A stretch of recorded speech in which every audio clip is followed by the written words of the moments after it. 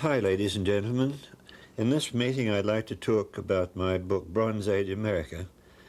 It deals with a voyage made by a Scandinavian king, we think, about 1700 years ago, 1700 years before Christ, from Scandinavia to the St. Lawrence Riverway to a point somewhere near where Toronto now stands, and there he established a trading settlement at what is now called Peterborough in Ontario.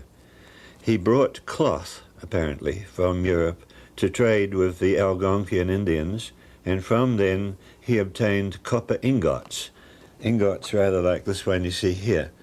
They originate in the Copper Peninsula on the shores of Lake Superior, and we know that they were mined by the Algonquians 4,000 to 5,000 years ago. There are about 5,000 vacant mines now left on the Copper Peninsula, and millions of pounds of copper were removed from them by the Indians, and nobody could figure out where they'd gone. The professors at the Michigan School of Mines produced this book about these ancient copper mines and speculated that perhaps Egyptians had come and taken the copper away. The archaeologists had nothing to say about the matter. Copper, not very much copper, is found in the remains of the Indians of that period. The mounds don't contain very much copper. What happened to the millions of pounds of copper that were taken out at that time? Carbon dated, as I said, to 2,000 to 3,000 BC.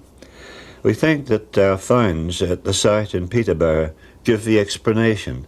They were obtained by visitors from abroad, from Scandinavia, and the copper was taken to Europe and there converted into the Bronze Age tools of that period. And in return they brought woven cloth, little of which has survived, though occasionally we do find pieces impregnated with copper salts in the graves of the Indians of that period. The camera has been roaming over a general view of the site at Peterborough, and so you'll see what kind of a place it is. It's a flat, or almost flat, gently rolling area of limestone with hundreds of petroglyphs carved into it, and also, as we shall see, a great deal of ancient Nordic writing. Many of us are familiar already with the presence of people from Scandinavia in historic times. The tower that you see in this picture is in Rhode Island, and we think it was built as a church by one of the Norse bishops around 1200 AD.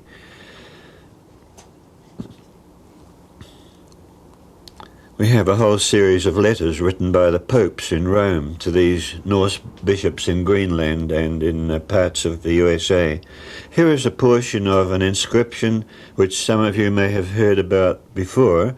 It's located in Kensington, in Minnesota, and it's engraved on a large rectangular slab of stone and gives a description of how a group of traders from Sweden, Goths from Sweden, were waylaid by a party of Indians, and some of them were killed.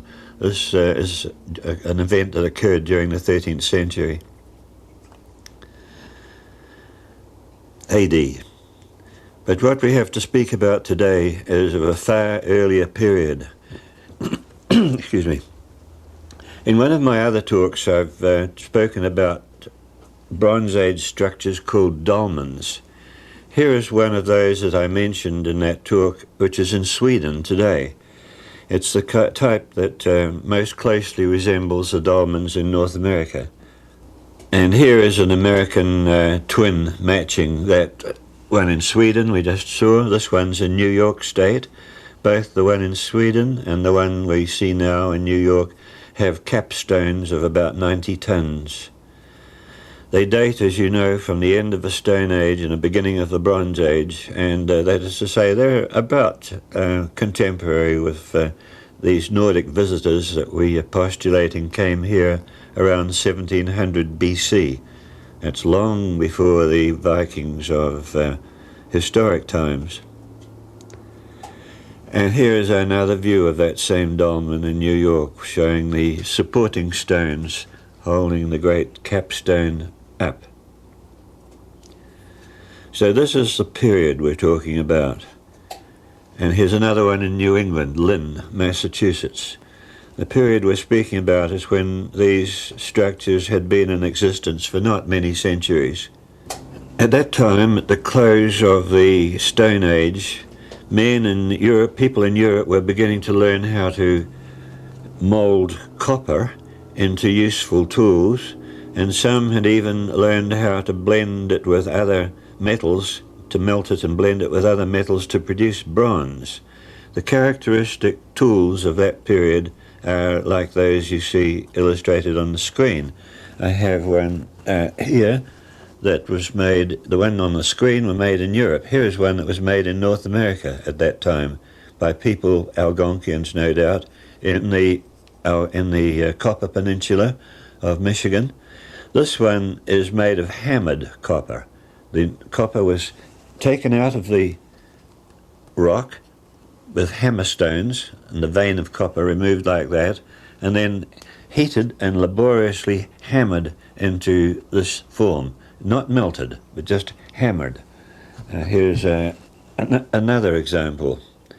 And these are ingots washed out by the action of the great glaciers during the Ice Age, tore out chunks of copper and then dropped them in the lakes, great lakes like Lake Superior in particular, where scuba divers find them today. We think these were the materials that the American Indians were trading with their visitors from Scandinavia. Some of the other tools they made, you see an ingot in the center of this group, and some of the other tools that they made are represented around it, spearheads and arrowheads of various sizes, closely resembling those that were being produced in Europe at the same time. And here are other examples. These are American ones made from hammered copper. We know that the copper was hammered and not melted because it's characteristic of American copper that it contains granules of silver, and the silver can still be seen in these tools, not blended with the copper, so we know it was just hammered and not melted. If they had been melted, the silver would of course dissipated into the rest of the melt. Some years ago, a visitor, an archaeologist visiting USA from Denmark, saw in the collection of the American Indian Museum in New York the bronze axe that you see illustrated here in two views, and recognized it immediately as something that had been made in Scandinavia. It's a typical Scandinavian Bronze Age tool. And he wrote a little article, as you can see reproduced here, Bronzealderens Columbus. He's saying, was there a Columbus in the Bronze Age? How did the Scandinavian material get to North America? His guess was, I believe, quite correct. Now we're going to look at some closer shots of the site in Peterborough in Ontario, where, as you can see, there are representations of tools and weapons engraved in the surface of the limestone. You see a couple of daggers there. This is rather characteristic of that site. Weapons are illustrated many times over. There you see some spearheads and what looks like a hammer, a square hammer or a mallet. We think that these were carvings made by Algonquian Indians copying other work that had been done by the Scandinavian visitors. In this view you can see a square mallet or hammer on one side, and in the middle of the picture is a picture of a ship. You may think it's a rather strange looking ship, but that's the way the Scandinavians used to illustrate the ships during the Bronze Age. As we afterwards learned when we studied the site, the square mallet you see there is an Indian copy of a picture elsewhere on the site showing the thunder god Thor holding his thunder-producing hammer called Mjolnir. And here are more weapons. These large pictures of weapons, we think, were not drawn by the Scandinavian visitors, but by Algonquians who were interested in the weapons that the Scandinavian visitors brought. This is a large area of limestone that's been engraved. We find in Scandinavia, particularly in Sweden, large, almost flat areas of limestone, very similar to that we have in Ontario, and it too in Sweden carries engravings of pictures of things that the Scandinavians were doing at that time. This is nearly 2,000 years before Christ. Here we have a very interesting one. It shows what is called the sun ship. The Scandinavian peoples and many other peoples during the Bronze Age believed that the sun crossed the sky every day on his ship. In this picture we see the ship with its steering rudder hanging below and a tall mast in the middle which carries the image of the sun and some other object on another mast nearby. The ship crossed the sky from east to west every day and then travelled underneath the earth back to the east again to travel the next day. The Canadian archaeologists who first studied these things before I had the opportunity to study them could not help but notice the similarity to the Scandinavian inscriptions and were considerably puzzled by that fact, but they couldn't conceive that Scandinavians had come to America before Columbus, so they supposed them to be an independent invention on the part of the Algonquians. Here are more views of Scandinavian ships at the site in Canada, at Peterborough, and you'll notice rows of dots between the ships. Actually, this is a form of writing in which letters of the alphabet are made up by combinations of dots. And those dots, as we shall see later on, are actually giving the names of the ships there, Scandinavian names of the visiting ships. A record of the visit by King Woden-lithi. Here is another characteristically Scandinavian picture of a ship. That's the way they represented the rowers, as like matchstick figures with heads at different heights, and some dominating captain or somebody standing on the left-hand side of the vessel. These are all at the Peterborough site in Scandinavia. And there are more ships visible in this view, and also some human figures. Some of the figures we think were added by the American Indians afterwards. In the lower part of that picture you'll see two things looking like the letter T, and there's a ship in between them drawn sideways. The two objects looking like the letter T we believe are copies made by the American Indians of Thor's hammer, the hammer of the thunder god whom the Scandinavians worshipped. And here are yet more ships. I'm just showing this series of shots from the site so you can get the general idea of what it's like. The government of the province of Ontario has declared this site a provincial park and has protected the whole petroglyph site from damage by weather or by vandals. Here are some Scandinavian ships represented as they are seen in Scandinavia, in Sweden today, with one of the symbols of their alphabet above, the circle with a cross in it. It seems that whole fleets of ships were traversing the waters around Scandinavia excuse me, during the Bronze Age. And this is a grouping of petroglyphs carved in limestone in a place called Bohuslän in Sweden, showing one of these fleets of Scandinavian ships with the writing, which we call tifinag, made of dots scattered amongst the petroglyphs. There are hundreds of carvings of Scandinavian ships from this period, and we can't help but realize that the waters of Scandinavia must have been very busy with whole fleets of seagoing people so long ago. Look in the middle of this picture and you'll see what look like pairs of footprints or pairs of shoe prints. That's what they are. And for a long time they puzzled us.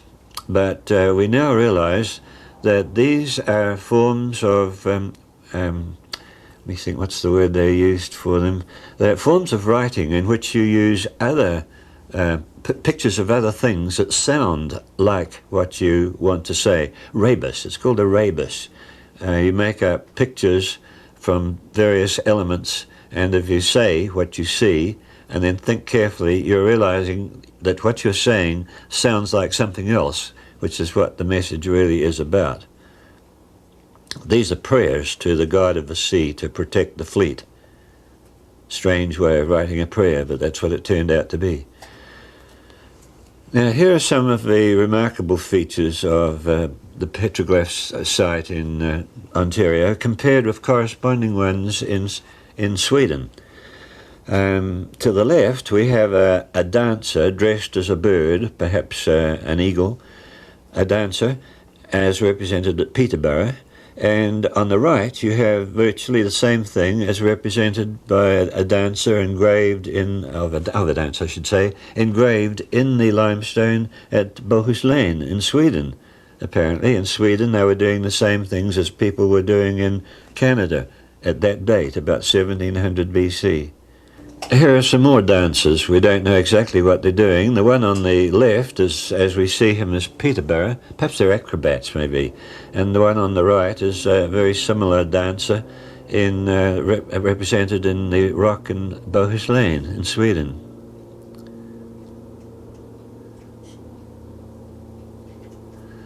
As I mentioned earlier, the Canadian archaeologists who first studied this site in the 1970s were aware of some of these similarities to the petroglyphs of Scandinavia and were greatly puzzled, but they just could not conceive that there could have been a visit by people from Scandinavia to Canada so long ago, and so they were forced to guess that peoples on either side of the Atlantic were mysteriously inventing the same ideas simultaneously.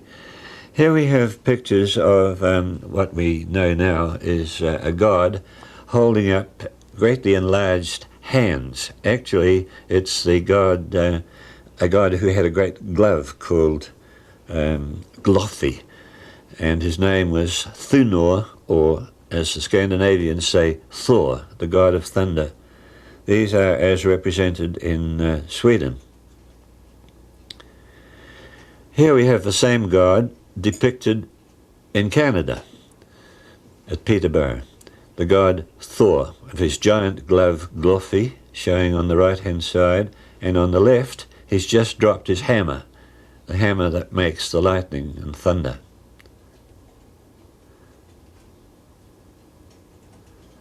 And here's another representation of the thunder god. He's wearing a conical helmet, as he sometimes also does in Sweden. This is in Canada, however, and he's holding his hammer again.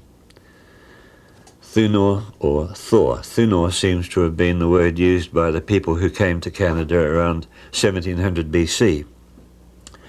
Now, what had been overlooked until I had the privilege of beginning to study at this site was that there are several types of writing present on this set of engravings. The one you see there is the kind we call ogham. In another talk I gave on dolmens, we mentioned ogham, which we see engraved on some of the dolmens. Here is the whole alphabet, and you see that you have a horizontal stroke, or sometimes it's written vertically, and smaller strokes on either side, either above or below, or if the main stroke is written vertically, then smaller strokes on the left or the right. And according to the number and according to which side of the horizontal line they're placed, you have a different letter represented. Or if the strokes cross both sides, as at the bottom, transcript strokes, then we have yet another series of letters. That's ogham. And surprisingly, we find ogham at the Peterborough site, I should say. Evidently the Scandinavians were aware of ogham. It's not just something that the Celts used. The Scandinavians had it too.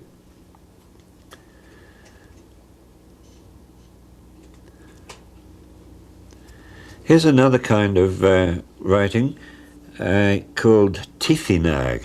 We have a picture of a ship, and at one end there's a vertical stroke. At the right-hand end there's a vertical stroke. In the middle you see where it says M, a stroke in the shape of a crescent moon, and at the left-hand end a circular marking labelled R. The vowels were missing from this alphabet. They only wrote the consonants, and the word is RMN, to be pronounced ormen, and it means literally the worm. But in those days the word worm, or orm as it is in Norse, was used for sea serpents and dragons, and this is telling us the name of a ship. This is engraved in Scandinavia, and it's a picture of one of their great seagoing vessels called the Dragon, Ormen. The N at the end is the definite article, the. It's characteristic of Norse that the article, the, is put at the end of a word instead of at the beginning. We say the worm, they say worm the. Here's another one, also in a Scandinavian site, Swedish site, and it has the letters D. You see at the bottom an upside down V, that's the letter D. Then we have a circle, that's the R that we've just seen in the other petroglyph. Then a circle with a dot in it, that's an S. And then two small dots side by side, that's an L. And we read it from right to left. It's DRSL, Drasil, which is a favourite name given to ships by the Norsemen. It means steed or horse. And the Norsemen like to think of their ships as horses that rode across the sea. Even in Viking times, 3,000 years later, they still used that formula, Drasil.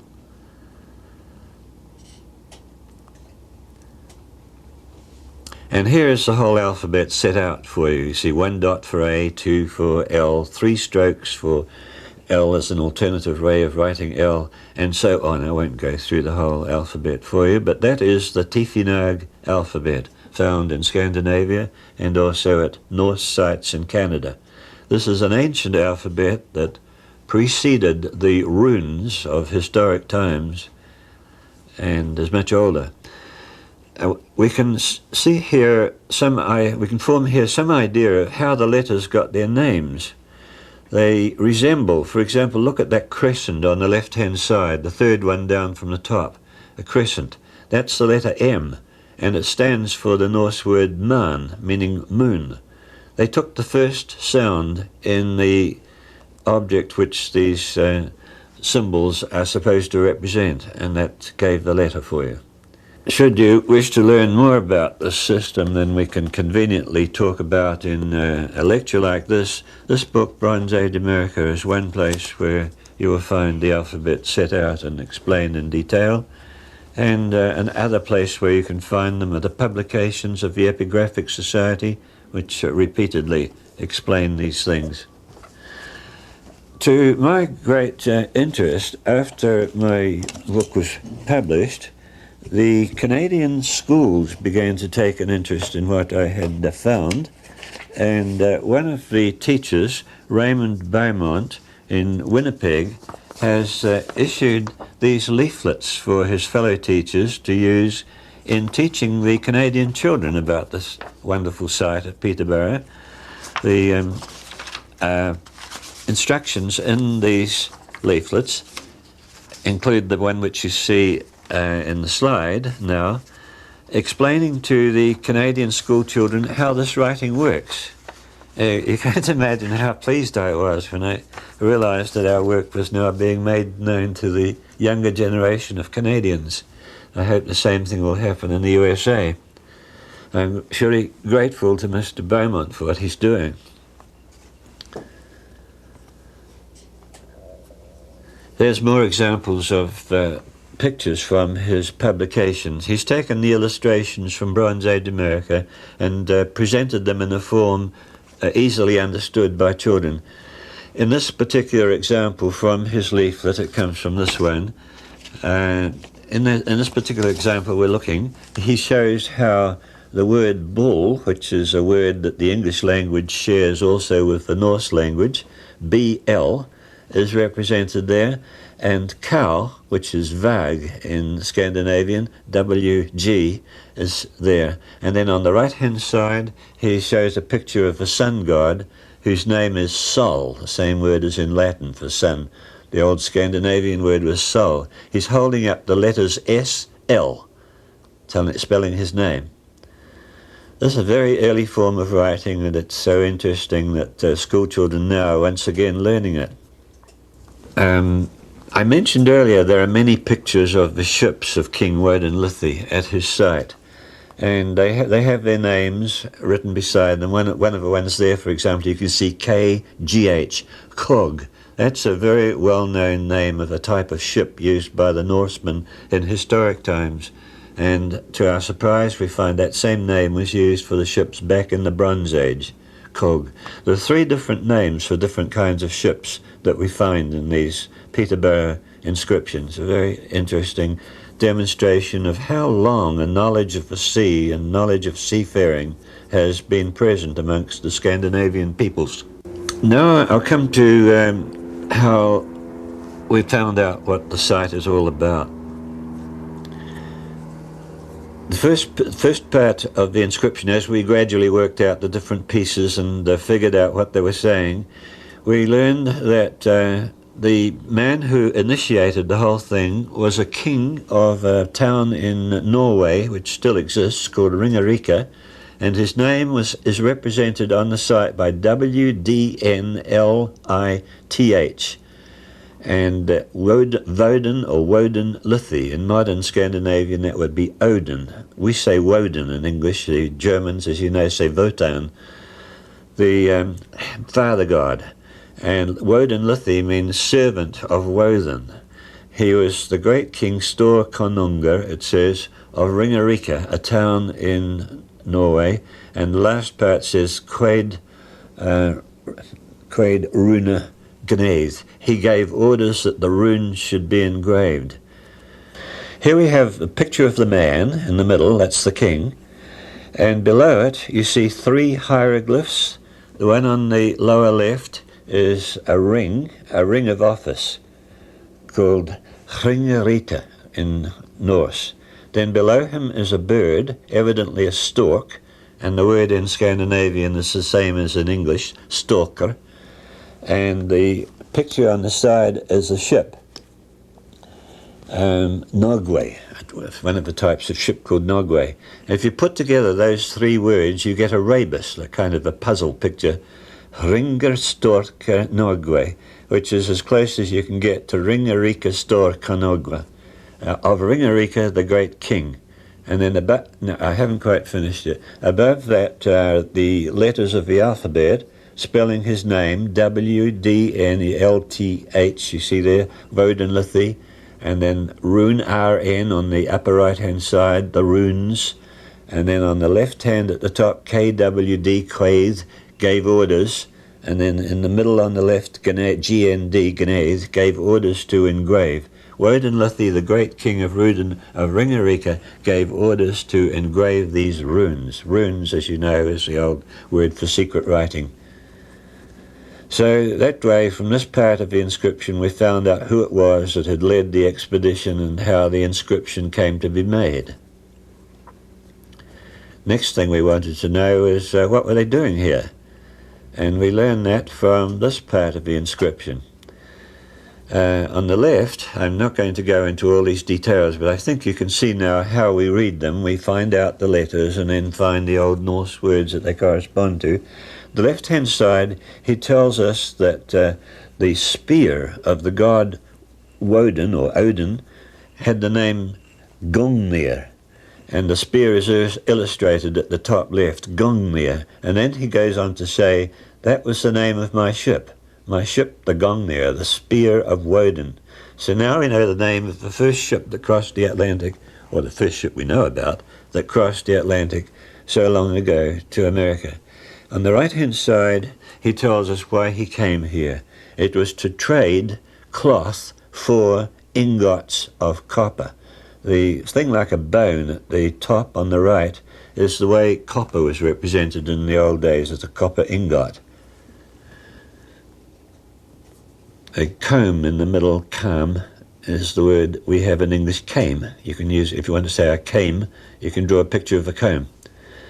One of the things that Woden-lithi did while he was staying here, he stayed here about 7 months, he set up an astronomical observatory for his settlers, whom apparently he left behind when he sailed back to Scandinavia. He left some trading settlers behind, and they wanted to be able to celebrate the great festivals of the Scandinavian calendar year at the correct time when their people back home were doing it. So to enable them to do that, he left this observatory engraved on the site at Peterborough with the image of the sun god in the middle there, laid so that it points towards the direction. You see it on the lower right. That is actually the southeast, like a compass. It's pointing to the direction where the sun will rise on the midday winter festival around the 25th of December, when they held the festival called Yule, from which we inherit Christmas. That was his observatory. I won't try to say more about it here because in the space of a 1-hour lecture you can't deal with every detail. This is a very interesting portion of the Peterborough inscription, which tells us something of the knowledge of the heavens that the ancient people had at that time. This is a portion of a zodiac which he has engraved, and apparently it corresponds to the part we would call the ram. The bear shown on the left-hand side, that corresponds to what we call the ram. Then we say the bull, and he's engraved an elk, and he's written the word LG there, elg for elk. Then we have on the right-hand side the heavenly twins and the crab. So he's got the ram, the bull, the heavenly twins, and next the crab, the lion stands, and so on. The 12 signs of the zodiac. Now the interesting thing he has to impart to us from this picture, there's more of a zodiac, but I'm not going to spend time illustrating the whole of it. The interesting thing for, please don't take it away. The interesting thing about this zodiac is that you'll see below a sign WG, vague, which means the balance, and that was the word we believe that was used for the word for equinox, the balance of day and night. And he's telling us that the equinox occurs when the sun is midway between the bear and the elk, or as we would say, between the ram and the bull. Now that's not the state today. Nowadays the sun's in a different position at the time of the equinox, but we do know that around 1700 BC, that was where the sun was at the time of the equinox. And this is how I think the inscription is to be dated. He's telling us his period with this diagram. It's interesting that that date corresponds quite well with a time when we know the mining for copper was occurring in the Copper Peninsula. We can date the Copper Peninsula mines by the remains of a charcoal found in the bases of the mine shafts. They give us a carbon date corresponding quite well with Woden-lithi's date. Here is a picture of his sun god enlarged. You notice the rays around the sun itself are a varying length, and they actually spell the word sol. Here again we see the sun ship with the sun on the mast in the middle. The Canadian archaeologists, when they first noticed the close similarity to the Scandinavian sun ship, wondered how it was that the American Indians could have thought up the same idea, but nonetheless that's what they thought they did. And they reported that there was a line of dots, a curved line of dots to the left-hand side of the picture.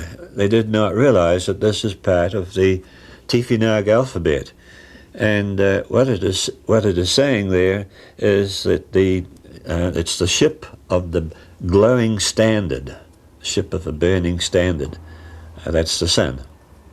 This is another part of the observatory left by Woden-lithi. This one is giving us the name of the goddess of the moon. The varying lengths of the strokes around the disk of the moon are the Ogham letters, which give the old Scandinavian name of the moon,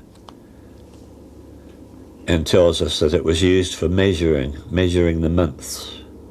These peculiar figures puzzled us a bit for a while, but we gradually came to realize that they are the Yule men, the clowns who celebrated the winter festival.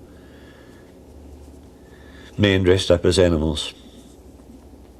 Sometimes they're upside down, which suggests that they may have been acrobats. Here are some more Yule men, including one that's upside down. Apparently mummers celebrating the winter festival.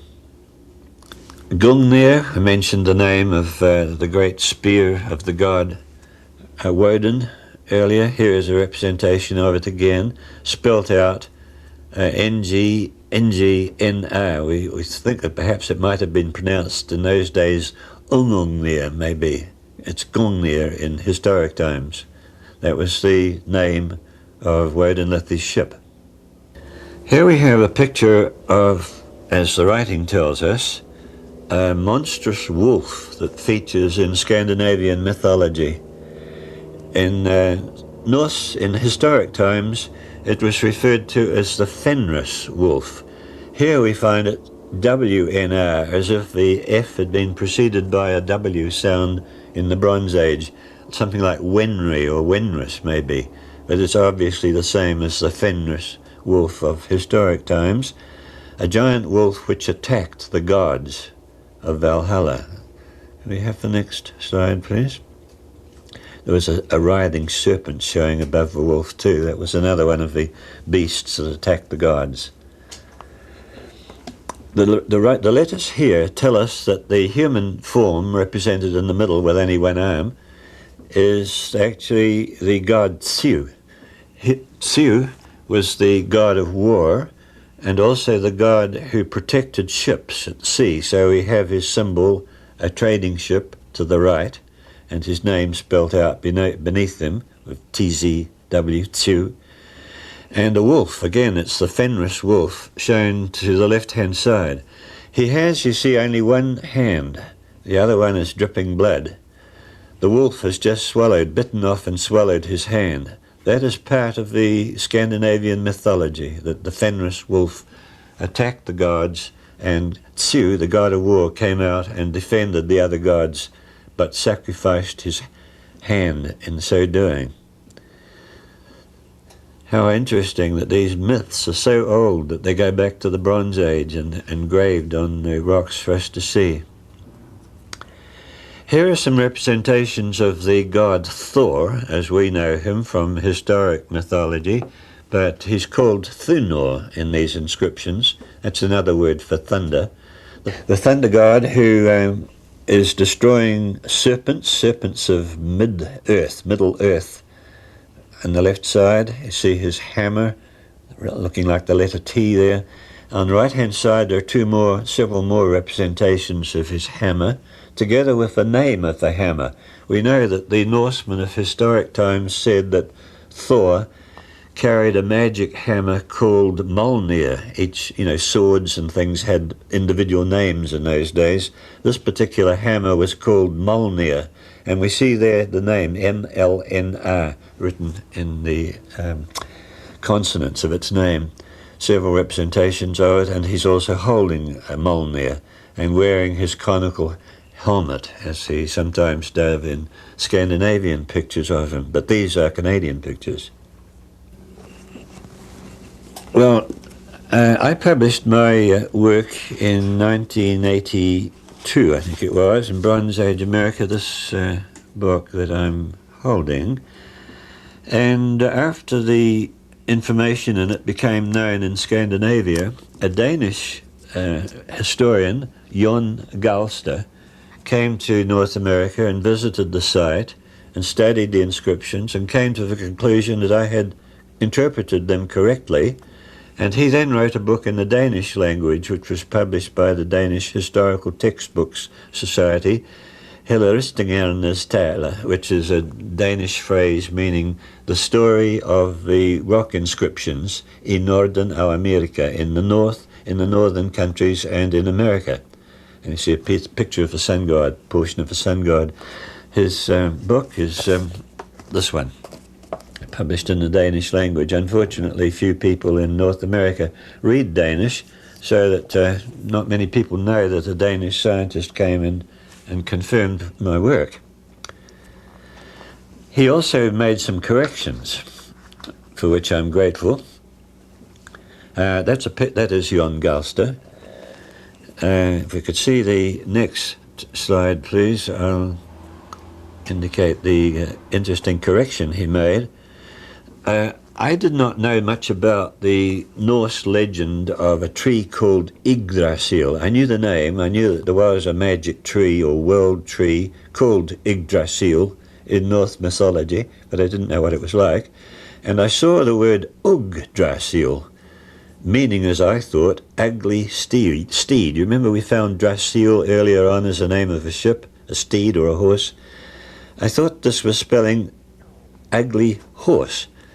And because of the similarity of the Yggdrasil to the Yggdrasil of Scandinavian mythology, I concluded that it was the name of this tree, and that the strange object on the right-hand side must apparently be a picture of a tree with only two branches and apparently a sun or a moon shining over the top of it. I thought perhaps the inscription had been damaged and the other branches had been lost. We could see the next slide, please. We'll see now what the Danish investigator made of it. He first of all pointed out that Yggdrasil is the old Saxon way of pronouncing Yggdrasil, and it doesn't mean ugly steed. Ugarus is an old word, an alternative name of Odin, or Woden, and it means Woden's horse. The story being that Woden periodically sacrificed himself to himself by hanging himself from this tree, the magic tree of Yggdrasil. Very strange story. And on the right-hand side, Dr. Galster has shown us a picture of a carving, a monument to Yggdrasil that existed in the town called Lippe in northern Europe until about the 8th century, the exact date I can't remember, about something like 750 AD, when Charlemagne, or Karl den Store as the Danes call him, when Charlemagne came to this pagan site and destroyed it. That's a picture of the monument to Yggdrasil as it was at that time. You see, there are two branches. It is not so different from the picture at Peterborough after all. After we had published our respective books, I continued to look into the petroglyphs of North America, this time alerted to seek Scandinavian similarities. And the series of slides I'm going to show you now show some of the later findings we made. The figures, they don't have any letters with them, so we don't really know what they represent. We published these findings in this volume of the Epigraphic Society that I'm holding, and I'm going to show you some of the slides taken from the pictures in this volume now.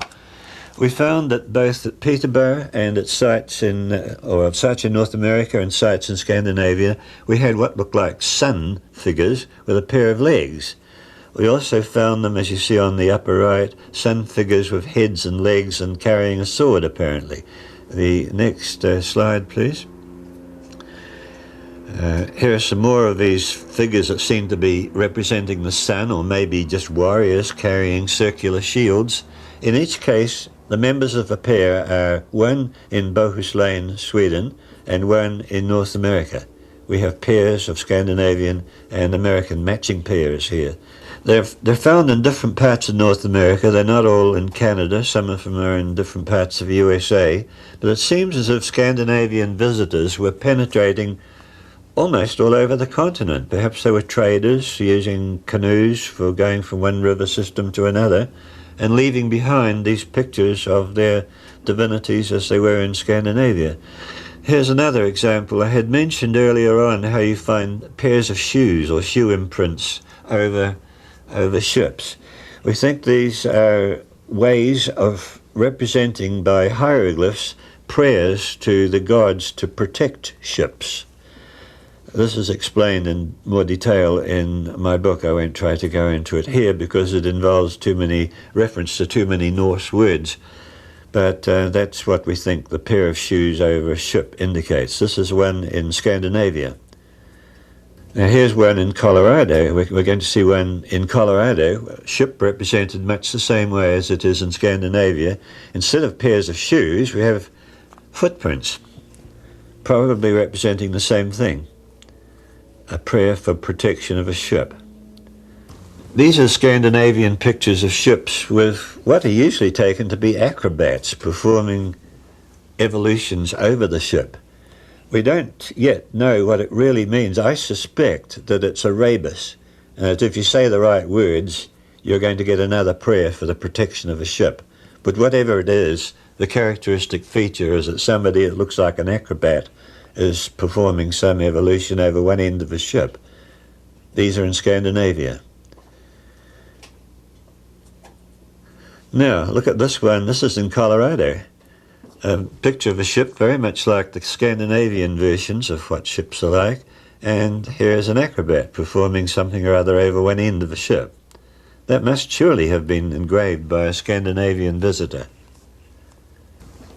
Another strange series of pictures we find in Scandinavia, some kind of a mysterious hand projecting upwards from a ship. It must be some rebus asking for the protection of the gods of that ship. A hand is drawn over the ship. That's the Scandinavian picture. We haven't found a picture like that in North America yet, but just to indicate how the Scandinavians got around, here is one from the Middle East. It must be a Scandinavian ship with the same strange hand projecting above it. And this is a really curious one at Bohuslän, Sweden. A ship or ships, we don't know whether one or two ships are represented in this picture, beside an enormous bird at one end. And we can pretty well figure out what that rebus is saying. If you pronounce the words in Old Norse, a great bird has waded alongside two ships. It sounds very much like some other Norse words that mean, may Odin the mighty gods protect the ships, or bring the ships back.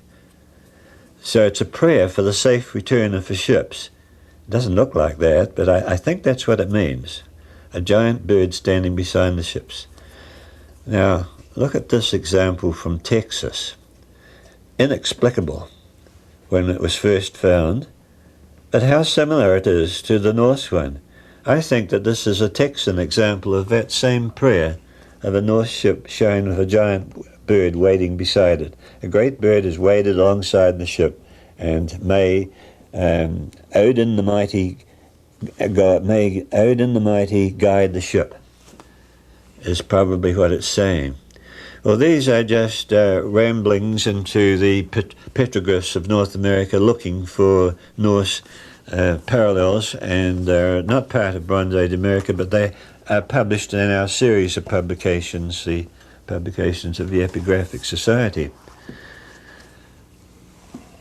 I bring my talk to an end there because that tells you the point we've gotten to in our work. We're still looking for more Scandinavian parallels, but we do now realize that there were contacts between North America and the people of Scandinavia nearly 2,000 years before Christ.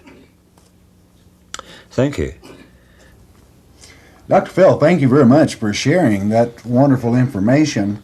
Where might people obtain more information or continue their study in this? One of the easiest ways of getting information right now is the new edition of America BC has added a chapter on the Woden-lithi material. That's about the easiest way to get it. That's in pocketbooks. The original book, Bronze Age America, unfortunately is out of print at the moment, though we hope to bring it back into print. And for the most up-to-date summary of archaeologists' views on the site, the spring 1990 issue of Review of Archaeology, published by the Peabody Museum in Salem, Massachusetts, gives the archaeologist's view of the site now. It can be obtained for about $8 from the Peabody Museum, or we can help you if you can't find it. And I notice here that out of Peterborough, we have Peterborough Experts, called book by Professor, quote, stark raving nonsense. Well, I'm afraid I would have to disagree with those that would say this, and I want to congratulate you again on your work, wonderful work, and would you like to comment on this article? Of course, I learned from this and also from similar experiences with other books that one necessary tool you have to have when you're engaged on this kind of work is the hide of a rhinoceros, as you get every kind of brickbat thrown at you. But that's the way it is when you're changing something that's been an established form of history for a long time. You have to put up with a lot of objections. Well, and Could you tell us a little bit about Aesop and how that people might acquire Sure. these works? Aesop is a volume we publish each year. It has a coloured picture nowadays. Each year it has about 350 pages, and it costs about $32.50 to buy it.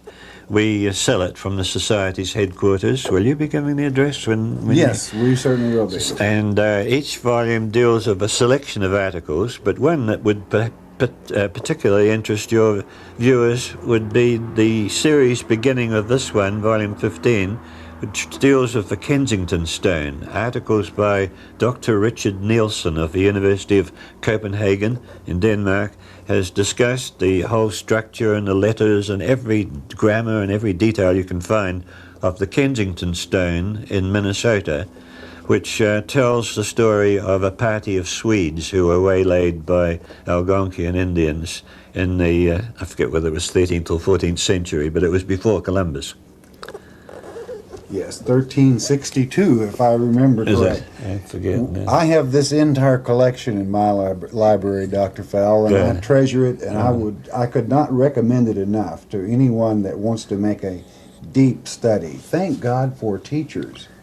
You know, we have people that like to talk about subjects, but I hope you note how Dr. Fell has gone into detail by detail by detail, and then you would still have certain people that would come out with an article like this. I suppose if your credentials are the word threatened would certainly be too strong, but if you don't know, if you're ignorant of a subject, it's real easy to say, well, it's a fake or something of that nature, rather than delving into, researching, trying to understand the people, various peoples in their travel. Dr. Fell, I want to congratulate you on your many years of work and for bringing this knowledge forth and sharing it with the people. We congratulate you. Well, Pastor Murray, I want to thank you for the facilities you're offering us to make it known to a much wider audience. Well, I've wanted this for years, and I'm so grateful that you're able to give it to us. We're far better off for it, Dr. Fell, and it's been a pleasure being in your home and visiting with you on these subjects. A pleasure to meet you all. I just want to read, if I may, what the Reader's Digest had to say about America BC. Thank God people are beginning to wake up in our great nation. And I read, America BC, it has long been taken for granted that the first European visitors to American shores either sailed with Columbus in 1492 or may have been Norsemen like Leif Erikson a full 5 centuries earlier. But the history of our land before that date has so far remained lost in native Indian legends. Now, Harvard professor Barry Fell has uncovered evidence to replace those legends with myth-shattering fact. I repeat, fact. With illuminating text and over 100 pictures, he describes ancient European temple inscriptions from New England and the Midwest that date as far back as 800 BC. I repeat, 800 BC. He examines the phallic and other sexual-oriented structures found in our own country that reveal the beliefs of ancient Celtic fertility cults, cults that were virtually destroyed in Europe in early Christian times. Further evidence has been found in the tombs of kings and chiefs in the form of steles, written testimonies of grief carved in stone. Now, thanks to the genius of a single man, we must include in our American heritage fighting Celts from Spain and daring Semitic seafarers from Carthage, Libya, and Egypt.